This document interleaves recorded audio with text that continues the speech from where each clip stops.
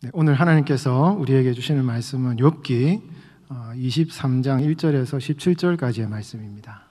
욥기 23장 1절에서 17절까지의 말씀 한 절씩 계속하겠습니다. 제가 먼저 봉독합니다. 욥이 대답하여 이르되 내게 반항하는 마음과 근심이 있나니 내가 받는 재앙이 탄식보다 무거움이라.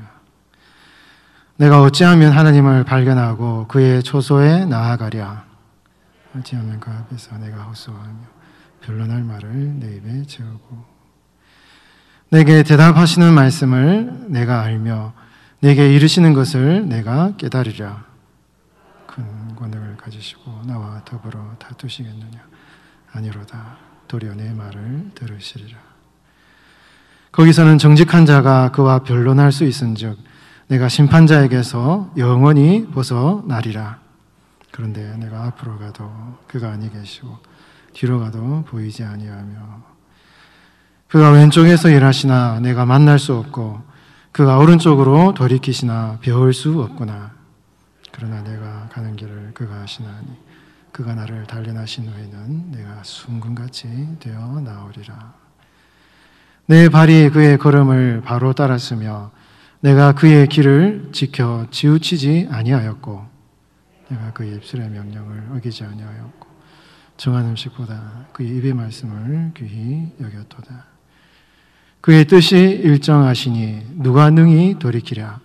그의 마음에 하고자 하시는 것이면 그것을 행하시나니 그런즉 내게 작정하신 것을 이루실 것이라. 이런 일이 그에게 많이 있느니라. 그러므로 내가 그 앞에서 떨며 지각을 얻어 그를 두려워하리라.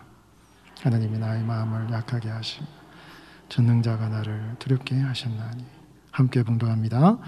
이는 내가 두려워하는 것이 어둠 때문이나 흑암이 내 얼굴을 가렸기 때문이 아니로다. 아멘.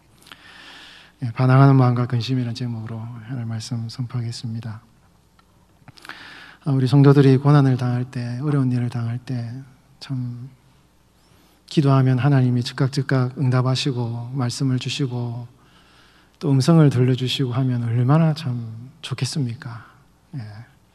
그거는 이제 우리가 천국에 가면 하나님을 얼굴과 얼굴을 대하여 볼 때 그런 축복의 상태에 들어가게 되겠지만 우리가 이 땅을 살아갈 때는요, 참 고난을 당하고 힘든 일을 당해도 하나님이 침묵하실 때가 있습니다. 기도를 해도 하나님이 응답지 않으시고 뭔가 문제가 해결되지 않고 하나님이 아무 어떤 해결의 어떤 역사를 일으키지 않으실 때, 하나님이 침묵하실 때 성도들은 굉장히 힘들고 어려운 상황을 당하게 되는 것이죠. 근데 가만히 생각을 해보면 그 침묵이, 하나님의 침묵이 하나님의 훈련입니다. 하나님이 성도를 성장시키실 때, 나의 사랑하는 자녀가 하나님의 기뻐하시는 믿음으로 성장케 하시길 원하실 때 하나님은 침묵하실 때가 있어요. 아무리 하나님을 찾아도 정말 최선을 다하여서 내가 하나님을 찾고 부르짖고 하나님을 만나기 위해서 그렇게 부르짖어도 하나님이 그분의 얼굴을 감추시는 그 경험이 어떻게 보면 그것은 하나님의 어떤 연단, 성숙, 성장의 과정이라는 것을 성경은 우리에게 말씀해 주고 있는 것입니다. 여러분, 오늘 본문 우리 욥의 유명한 고백이 있잖아요, 여러분. 8절, 9절, 10절 말씀에 제가 다시 한번 읽어보겠습니다. 그런데 내가 앞으로 가도 그가 아니 계시고 뒤로 가도 보이지 아니하며 그가 왼쪽에서 일하시나 내가 만날 수 없고 그가 오른쪽으로 돌이키시나 배울 수 없구나. 그러나 내가 가는 길을 그가 아시나니 그가 나를 단련하신 후에는 내가 순금같이 되어 나오리라. 여러분, 이 말이 무슨 말입니까? 여러분, 욥이 지금 동서남북 앞뒤 좌우를 아무리 살펴봐도 하나님이 분명히 뭔가 일은 하시는 것 같은데, 뭔가 역사하시는 것 같기는 같은데 자기가 도저히 하나님을 만날 수 없고 볼 수 없다라는 거예요. 이런 고난 가운데 하나님을 만나려고 자기가 최선을 다했다는 것입니다. 할 수 있는 만큼 최선을 다했어요. 그러나 그렇게 하나님을 찾고 찾았지만 하나님을 볼 수 없는 그런 상황 가운데 빠졌는데, 그럼에도 불구하고 욥은 뭐라고 고백합니까? 하나님을 자신이 만날 수 없지만 분명한 것은 하나님이 지금 내가 어떻게 살아가고 있는지를 하나님이 아신다라는 거예요.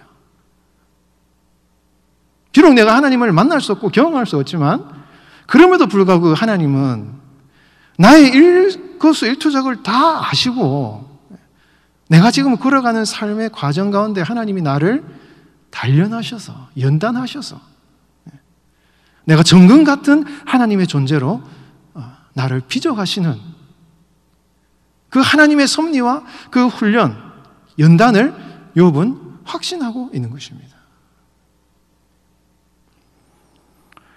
여러분, 성도들이 고난당할 때 하나님이 침묵하실 때, 그 침묵하시는 그 사실 자체가요, 하나님의 훈련임과 함께, 비록 우리는 하나님을 느낄 수 없고 경험할 수 없는 순간임에도 불구하고 하나님은 그것을 아신다는 사실을 여러분 확신하시기 바랍니다.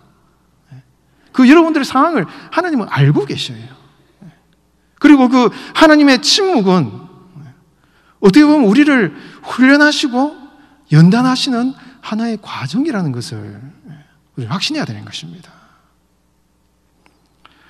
여러분, 하나님이 어떻게 우리를 연단하십니까? 여러분, 이 욥의 23장에 나온 욥의 고백이 굉장히 참 욥이 굉장한 어떤 영적 싸움을 하고 있음을 알 수가 있는데요. 2절 말씀에 보면 이렇게 이야기하고 있죠. 오늘도 내게 반항하는 마음과 근심이 있나니. 여러분, 이 반항한다는 말은요, 하나님을 향하여서 원망한다는 얘기예요. 이 원문 자체가 여러분, 출애굽 사건 가운데 이스라엘 백성들이 마라에 도착해서 이 쓴물이 나와가지고 이스라엘 백성들이 하나님 원망하는 그런 장면이 나오잖아요. 이 원문 자체가 이 마라, 쓰다라는 뜻이에요. 그래서 어떤 성경에는 이것을 비탄스러운 마음, 쓴, 이런 표현으로 번역하는 그런 성경도 있습니다. 그러니까 그는 삶의 쓴맛을 보았고, 그런 쓴맛을 보았기 때문에 하나님 앞에서 반항하는 마음이 생기는 거예요. 반항하는 마음. 그래서 여러분, 욥기 읽어보면 욥이 계속해서 하나님을 향해서 반항하고 원망하고 하나님께 따지고, 왜 이렇게 하나님 나에게 힘들게 하시는 것입니까? 라고 욥이 계속 하나님을 향해 따지잖아요. 근데 여러분, 욥이 원래 욥기 1장에 보면 욥이 어떤 사람입니까? 하나님이 욥을 인정한 사람이에요. 이 사람은 순전하고 정직하여서 하나님을 경외하며 악에서 떠난 사람이었다. 그렇게 하나님께서 욥을 인정했고, 그리고 욥은 고난 가운데 1장 2장에서 그런 고난 가운데서 하나님을 인정하고 하나님이 절대 그런 분이 아니시다라는 그런 확신을 가지고 나아갔어요. 그런데 한 번은 그렇게 할 수 있죠. 한 번은 그렇게 하나님을 향해서 고백을 할 수 있습니다. 그러나 고난이 계속되고 어려움이 계속되면, 그 어려움이 계속되면요, 그걸 지켜나가기가 쉽습니까? 어렵습니까? 어렵죠. 그러다 보니까 시간이 지나면서 욥의 마음이 자꾸만 불평이 생기고 원망이 생기면서 하나님이 나를 인정하시고 주변 사람들이 나를 인정하는 나 자신의 하나님을 향한 모습과, 그리고 내 안에서 이 고난 가운데 하나님을 향하여서 드는 반항하는 마음, 원망하는 마음, 하나님을 향하여서 불평하는 마음, 이게 다른 거예요. 다른 사람들은 나를 인정해 주는지 몰라도, 하나님은 나를 인정해 줄지 몰라도, 나름대로 하나님 잘 섬기는 사람이라고 주변 사람들이 그렇게 나를 참 신앙이 좋은 사람으로 인정해 줄지 모르는데, 고난이 찾아왔을 때 그 고난 가운데 하나님을 향하여 드는 마음은 믿음의 모습이 아니라 불신의 모습, 불신의 마음이 내 마음속에 막 생기는 거예요. 이것이 연단입니다. 하나님이 우리를 연단하실 때 고난 가운데 우리 안에 어떤 하나님을 향한 마음이 드는가를 보게 하셔요. 하나님을 향하여서 원망하는 마음이 생기는 그 나 자신의 그 반응들을 하나님 보게 하시는 것입니다. 분명히 내가 하나님을 잘 섬긴다고 그렇게 내가 생각했는데, 내가 평소에는 평안할 때는, 축복이 있을 때는, 평안하게 살아갈 때는 하나님을 잘 섬긴다고 감사하고 찬양하고 뭐 이렇게 잘 하나님 섬기는 것 같았는데, 고난이 오니 감사와 찬양은 다 사라지고 하나님을 향한 원망과 이런 불평의 마음들이 막 생기는 것을 볼 때, 그렇게 고난에 대해서 반응하는 나 자신의 모습을 볼 때 굉장히 실망을 하는 것이고, 평소에 내가 주님을 섬기는 그 마음과는 전혀 다른 나 자신 안에 일어나는 이런 불평과 원망의 마음을 보면서, 하나님 이것이 무엇입니까 도대체? 내가 이때까지 하나님을 섬긴다고 섬겼는데 고난 가운데 여전히 하나님의 향을 불평하는 내 마음, 내 상황을 보니 이거 정말 나는 이때까지 신앙생활을 헛되게 한 것 같네요. 라는 이런 마음의 나 자신의 모습을 바라보면서 깊은 실망과 좌절과 탄식을 경험을 하게 되는 것이죠. 여러분, 도관이는 은을, 풀무는 금을 연단하거니와 여호와는 마음을 연단하신다. 하나님이 성도를 어떻게 연단하십니까? 왜 하나님이 고난을 주셔서 성도를 그렇게 연단하십니까? 어떻게 연단하십니까? 고난을 통해서 너의 반응이 바로 이런 반응이었고, 하나님이 향한 진짜 마음이 바로 너의 마음속에 이런 마음이 있었다 라는 것을 보게 하심으로써 깊은 우리의 고난 앞에서의 하나님 앞에서 절망과 이런 탄식을 경험하면서 내가 이것밖에 안 되는 존재였구나. 편할 때는 하나님을 찬양하고 하나님께 감사했는데 고난 중에는 하나님을 불평하고 반항하고 하나님을 원망하는 이런 존재였구나 라는 것을 여러분 하나님이 깊이 깨닫게 하시면서 나는 하나님의 긍휼과 하나님의 자비하심이 아니면은 주님을 찬양할 수도 감사할 수도 주님께 영광 돌릴 수도 없는 그러한 벌레만도 못한 죄인이었고, 이때까지 내가 하나님 섬긴다는 건 다 거짓말이었구나 라는 이 영적인 절망 속에 빠질 때, 여러분 그것이 절망이지만 힘든 일이지만요, 그 고난 중에 나 자신의 이 정말 연약한 모습을 발견함으로 말미암아 여러분 우리는 거기에서 정금 같은 성도가 되는 거예요. 여러분, 그것이 바로 정금 같은 성도인 것입니다. 내가 뭔가 편해서 하나님 잘 섬길 때는요, 이게 이렇게 연단이 안 돼요. 그런데 고난이 있을 때 하나님을 불평하고 원망하고 하나님을 향하여서 따지고 나아갈 때 정말 하나님 앞에 연약한 내 모습을 바라보면서 우리는 연단이 되는 것입니다. 그러면서 우리는 성도로서 진짜 하나님을 섬기고 진짜 하나님을 사랑하는 그런 마음을 비로소 가지게 되는 거죠.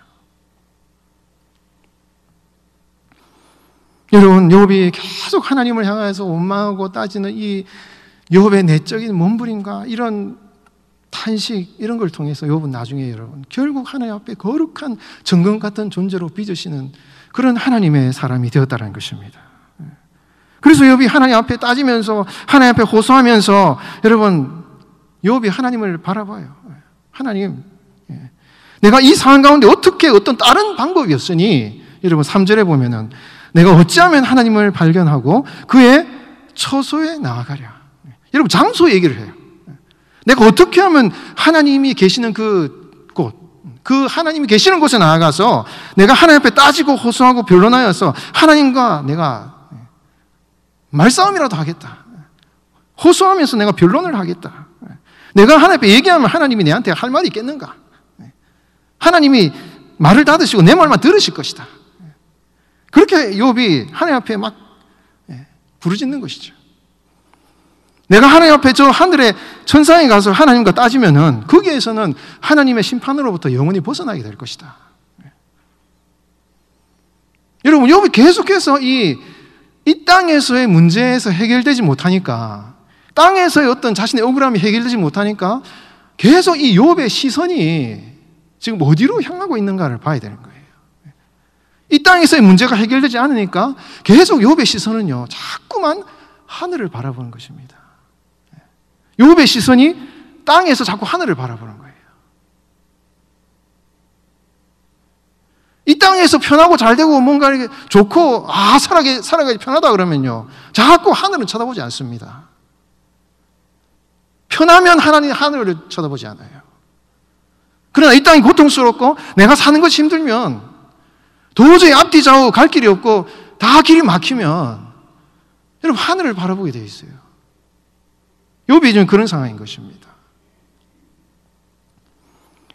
앞뒤 좌우 모든 아무 곳에서 내가 이렇게 벗어날 구멍이 없으니, 어디를 가봐도 내가 나의 이 고난의 문제를 해결할 수 있는 어떤 방법이 없으니, 아무 데도 내가 이걸 벗어날 구멍이 없으니까 이제는 하늘밖에 없는 거예요. 하늘밖에. 그래서 욥이 자꾸만 하늘을 바라보는 것입니다. 근데 문제가 뭡니까? 하늘을 바라봐도 하나님이 나한테 좋은 분이 아닌 거예요. 앞뒤 좌우 다 막혀서 하나님만을 바라보는 그런 절망적인 상황으로 어쩔 수 없이 하늘을 바라보지만, 그 하늘의 하나님도 나에게 친절한 분이 아니시고 나를 괴롭히시는 분으로, 나를 힘들게 만드시는 분으로 느껴지는 것입니다. 여러분, 성도의 연단이 이거예요. 여러분, 나는 이 세상에서 소망이 없어서, 아무 곳에 가도 내가 소망이 없어서 주님을 바라보는데, 주님 밖에는 내가 바라볼 분이 없어서 어쩔 수 없이 주님을 바라보는데, 유일한 하나의 길로서 주님만을 바라보는데, 그 하나님도 나에게 선한 일을 해주시는 분이 아니라는 이 모순적인 상황. 하나님은 나를 괴롭히시지만 그럼에도 불구하고 하나님밖에 바라볼 수 없는 이 절박한 상황.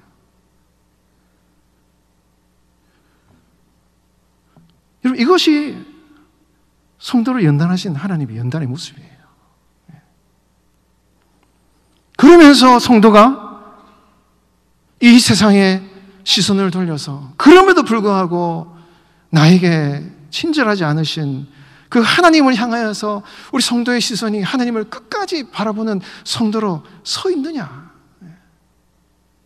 그거를 하나님이 연단하신다는 거예요. 하나님 그걸 보십니다.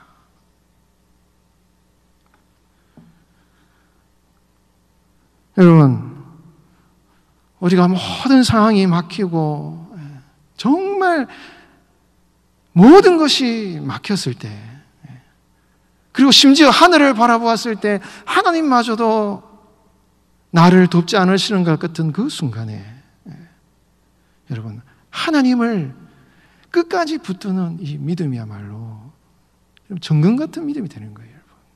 여러분, 불순물이 1%도 남지 않은 순수한 정금 같은 믿음과 신앙이 되는 것입니다.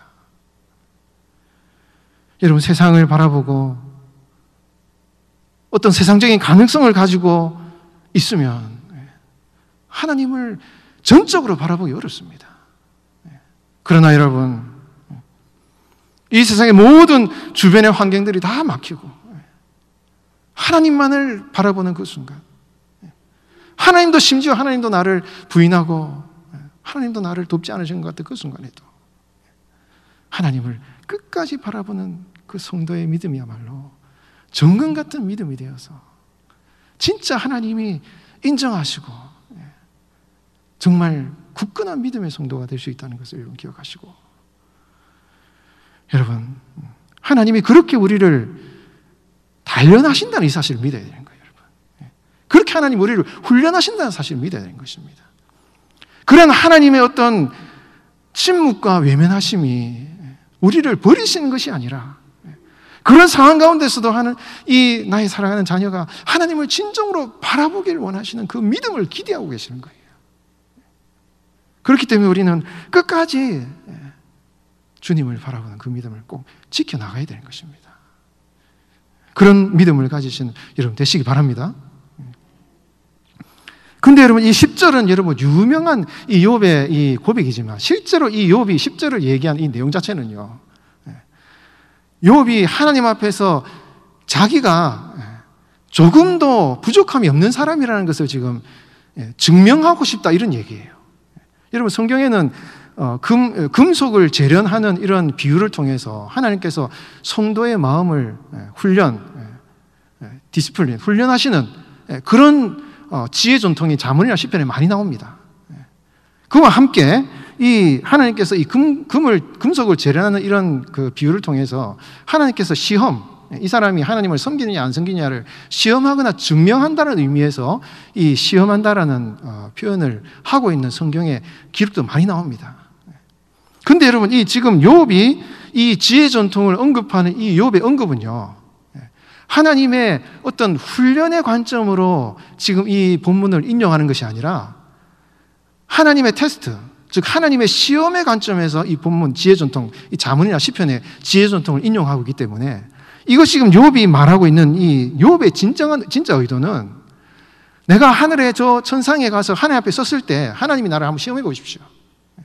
그럼 내가 절대 하나님 앞에 악한 어떤 점이 발견되지 않을 것이고 내가 금과 같이 참 하나님 앞에 이렇게 의로운 사람으로 드러나게 될 것입니다. 이런 의미에서 지금 욥이 이 본문을 인용하고 있어요. 실제로 욥이 얘기하고 있는 내용은 그런 내용입니다. 그러나 성경의 전체적인 의미에서는 우리가 이것을 하나님의 어떤 훈련의 의미에서도 받아들일 수 있는 것인데, 여러분 지금 이 23장에 나오는 이 욥의 이야기 자체는요, 아직도 욥은 자신의 의로움에 대한 확신을 버리지 않고 있습니다. 욥기 앞부분부터 지금까지 계속 이 욥의 친구들과 욥이 걸어가고 있는 길은 평행선으로 달리고 있어요. 욥의 친구들은 네가 잘못했고 죄를 지어서 하나님이 심판하시는 것이다 라고 얘기를 하고, 욥은 절대 그렇지 않다. 내가 이렇게 고난을 당할 만큼 내가 하나님 앞에 잘못한 일이 없고 나는 의로운 사람이다. 심지어 하나님 앞에 섰을 때도 나는 결코 부끄럽지 않은 사람이다. 이렇게 욥이 주장을 하는 것입니다. 그래서 11절, 12절 말씀에 보면 뭐라고 고백합니까? 내 발이 그의 걸음을 바로 따랐으며 내가 그의 길을 지켜 치우치지 아니하였고 내가 그의 입술의 명령을 어기지 아니하고 정한 음식보다 그의 입의 말씀을 귀히 여겼도다. 내가 이렇게 하나님 말씀 소중하게 여기고 하나님이 원하시는 길을 따라가려고 이렇게 지금까지 왔다. 정말 내가 하나님 앞에 의로운 사람으로 살아가려고 여기까지 왔다는 거예요. 그렇게 욥이 자신의 순전함을 이야기를 하면서, 만약에 여기에서 욥이 끝났다면 이거는 참 어려운 문제예요. 그러나 욥이 이렇게 자신의 순전함과 자신의 어떤 의로움에 대해서 확신을 하면서도 지금 욥이 뭐라고 얘기를 하고 있냐면 13절, 14절 말씀 우리 같이 한번 읽어보겠습니다. 시작. 그는 뜻이 일정하시니 누가 능히 돌이키랴. 그의 마음에 하고자 하시는 것이면 그것을 행하시나니 그런즉 내게 작정하신 것을 이루실 것이라. 이런 일이 그에게 많이 있느니라. 여러분, 욥이 나는 정말 하나님 앞에 의로운 사람이고 내가 하나님의 뜻을 행하려고 지금까지 걸어왔는데, 그렇게 자신의 어떤 의로움, 하나님 앞에서 자신의 어떤 정직함, 이것을 욥이 꼭 지키려고 지금 발버둥을 치는 거예요. 그런데 이렇게 자신의 정직함을 지켜나갈 때 하나님이 이에 대한 합당한 대가를 주셔야 되는데 그것을 하나님이 주시지 않고 하나님은 여전히 그분의 마음대로 막 모든 일을 밀어붙이시는 거예요. 하나님의 뜻대로 모든 것을 다 해버리시는 겁니다. 그러니까 도대체 욥이 자신의 의로움을 정직함을 지킨들 아무 소용이 없고 하나님이 그분의 뜻대로 계속해서 밀어붙여 가시니, 여러분 15절 16절 말씀에 보면 내가 주님 앞에 떨었고 두려운 마음이 생겼다. 전능자가 그분의 뜻대로 나에게 하시기 때문에 설령 내가 이 의로움을 지켜나간들 그분이 나를 괴롭히시는 이 일을 계속 하실 것이기 때문에 내가 지금 두려워서 정말 떨고 있다. 이런 얘기를 하고 있는 것입니다. 여러분, 만약에 욥이 자신의 정직함을 지키기 위해서만 계속 밀어붙였다면 욥은 멸망했을 것입니다. 그러나 욥은 그렇게 자신의 순전함을 지키는 마음과 함께 자신의 어떤 정직함과는 넘어서는 하나님의 주권과 하나님의 뜻을 지금 발견하고 있는 거예요. 내가 이렇게 잘 하나님 앞에 살아가려고 하지만은 나의 어떤 자질이나 능력을 넘어서는 하나님의 그 깊으신 섭리와 뜻이 있다는 것을 욥은 조금씩 깨달아 나가는 것입니다. 그러면서 하나님의 그 압도적인 그 힘 앞에서 하나님의 정말 변함이 없으신 하나님의 그 어떻게 인간으로서 할 수 없는 하나님의 그 절대적인 그 주권 앞에서 욥의 마음이 굉장히 약해지고 있다는 것이에요. 여러분, 이것이 하나님이 성도들을 연단하시는 모습이에요. 하나님이 성도를 어떻게 연단하십니까? 고집을 꺾으셔요. 내가 이 세상에서 살아가는 어떤 나의 존재감, 내가 내 마음속에 지키고 있는 어떤 나의 명예, 아직까지 산산이 부서지지 않은 내 삶에 존재하는 나의 존재감, 그것이 남아있어서 하나님 앞에 나 자신을 세울 수 있는 어떤 나의 지식, 나의 명예, 나의 물질, 나의 의로움, 하나님이 이것을요 산산이 부수는 일을 하나님 하셔요. 어떻게? 하나님의 높으신 주권 가운데 하나님의 뜻대로 우리의 삶을 인도하심으로 말미암아 내가 아무리 발버둥 치고 내 마음대로 해보려고 막 내가 내 힘과 가진 지식과 돈과 명예를 가지고 내가 가지고 있는 자질을 가지고 내 마음대로 내가 살아보려고 몸부림을 치고 내가 살아가려고 하지만 내 마음대로 되지 않는 이 세상의 한계 가운데서 여러분 처절하게 여러분 절망할 때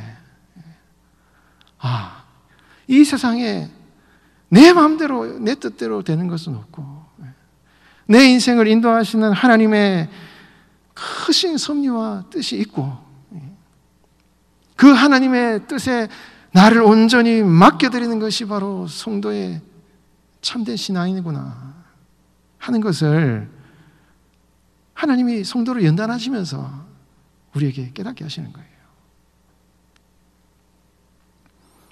그래서 여러분, 우리가 하나님의 이 연단을 빨리 이겨나가기 위해서는요 하나님 앞에 빨리 깨어져야 됩니다. 빨리 녹아져야 되고 하나님 앞에 고집을 피워서는 안 되고 내 뜻을 하나님 앞에 내세워서는 안 되고 하나님의 뜻을 따라서 주님의 마음을 내 마음에 품고 하나님께 온전히 자복하는 그런 신앙생활을 해야 되는 거예요. 여러분, 예수님이 겟세마네 동산에서 하나님 아버지, 내가 이 십자가를 지는 것이 내가 너무 힘들어서 이것을 내가 지지 않기를 원하지만 그러나 이것이 주님의 뜻이라면 내가 이 십자가를 지겠습니다라고 예수님이 그렇게 고백을 하셨잖아요. 여러분, 그 예수님의 모습을 볼 때 얼마나 예수님이 십자가를 지기 힘드셨겠습니까? 그러나 그 하나님의 뜻 안에서 그 예수님의 마음속에 있는 그런 모든 것을 다 내려놓고 하나님의 뜻에 온전히 자신을 맡기는 신앙을 함으로 말미암아 여러분 그 십자가의 고난을 통하여서 여러분 이 세상의 모든 땅의 모든 권세와 권능을 가지고 이 땅을 구원하시는 그런 하나님의 일을 했지 않습니까? 여러분, 그래서 성도들이 하나님이 성도를 어떻게 연단하십니까? 성도의 고집을 꺾으시고 나의 어떤 존재감을 꺾으시고 산산이 우리를 부서뜨리심으로 말미암아 진정으로 하나님의 뜻 안에 하나님께 내 모든 것을 맡겨드림으로 말미암아 참으로 이 땅 가운데서 하나님의 뜻을 위하여 살아가는 그런 존재로 우리를 만드심으로 말미암아 이 땅의 짧은 육신의 삶을 살아가면서 어떻게 보면 허무하다 할 우리의 짧은 인생을 살아갈 때 이 허무한 인생이 허무하게 끝나는 것이 아니라 내가 가지고 있는 자질이나 능력이나 어떤 나 자신의 꿈을 이루기 위해서 살아가는 그 허무한 인생이 아니라 하나님의 영광과 주님의 뜻을 이루는 그 삶을 이루어 나아감으로 말미암아 참된 의미 있는 이 육신의 삶을, 이 땅의 삶을 살아가게끔 만드시는 그 하나님의 연단이 바로 정금 같은 신앙이 되는 것입니다. 여러분, 하나님이 우리를 어떻게 연단하십니까? 우리를 어떻게 정금같이 빚어가십니까? 하나님이 침묵하셔서 이 고난 어려움 가운데 하나님이 우리에게 아무 얘기를 안 하시더라도 하나님은 이 모든 상황을 다 아시고 우리의 마음 가운데 우리의 고집을 꺾으시고 우리의 마음을 부드럽게 만드셔서 하나님의 사람으로 빚으시고 하나님의 그 부정적인 경험과 느낌에도 불구하고 진정으로 하나님을 바라보는지, 세상의 것을 버리고 하나님을 진정으로 바라보는지, 그래서 하나님을 진정으로 바라보고 의지함으로 말미암아 다시 한번 이 땅에서 어떤 세상의 것에 얽매이지 않고 세상의 것에 종이 되지 않고 참으로 주님을 의지함으로 말미암아 이 땅에서 내가 가진 것이 참으로 누리고 경험하고 그것을 누리는 삶을 살아갈 수 있도록 하나님을 진정으로 의지하는 성도가 될 수 있도록 우리의 마음을 연단하시는 것이 침묵을 통해서, 하나님의 침묵을 통해서 우리의 삶을 연단하시는 것이 하나님의 뜻이라는 사실을 여러분 기억하시기 바랍니다. 그래서 여러분, 하나님의 침묵의 이 연단 가운데서도 여러분 낙심하지 않고 우리를 아름답게 빚으시는, 우리를 아름답게 만드셔서 하나님의 영광을 나타내게 하시는 그 주님의 뜻 가운데 늘 소망을 품고 살아가시는 여러분 삶 되시기를 주의 이름으로 축원드립니다.